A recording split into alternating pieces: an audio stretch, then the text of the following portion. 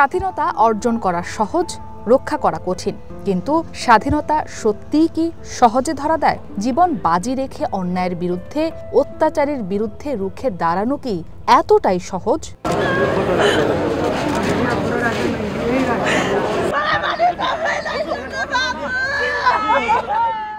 দুর্যোগের মেঘ কেটে গেলে সূর্য হাসে, তবে কারো কারো জীবনে মেঘ কেটে গেলেও সূর্য হাসে না। প্রতিবাদে, বিক্ষোভে, আন্দোলনে দুষ্টের দমন হলেও সন্তান হারা মায়েদের আহাজারি থামবে কিভাবে?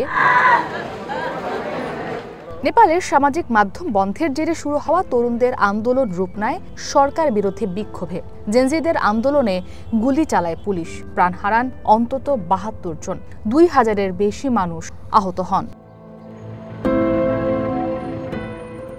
বুধবার কাঠমান্ডুতে ধর্মীয় রীতি মেনে নিহতদের শেষকৃত্যের আয়োজন করেন স্বজনরা। প্রিয় সন্তানের চলে যাওয়া কিছুতেই মেনে নিতে পারছেন না বাবা মায়েরা। শেষকৃত্যের আগে আন্দোলনে নিহতদের গার্ড অব অনার দেয় দেশটির পুলিশ। নেপালে বুধবার জাতীয় শোক ঘোষণা করে সুশীলা কার্কির নেতৃত্বাধীন অন্তর্বর্তী সরকার।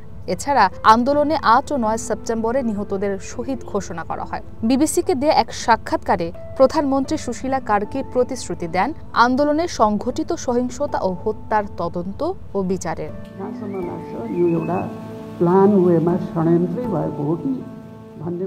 ইসরাত মুক্তি, ওয়ান ইন্টারন্যাশনাল ডেস্ক।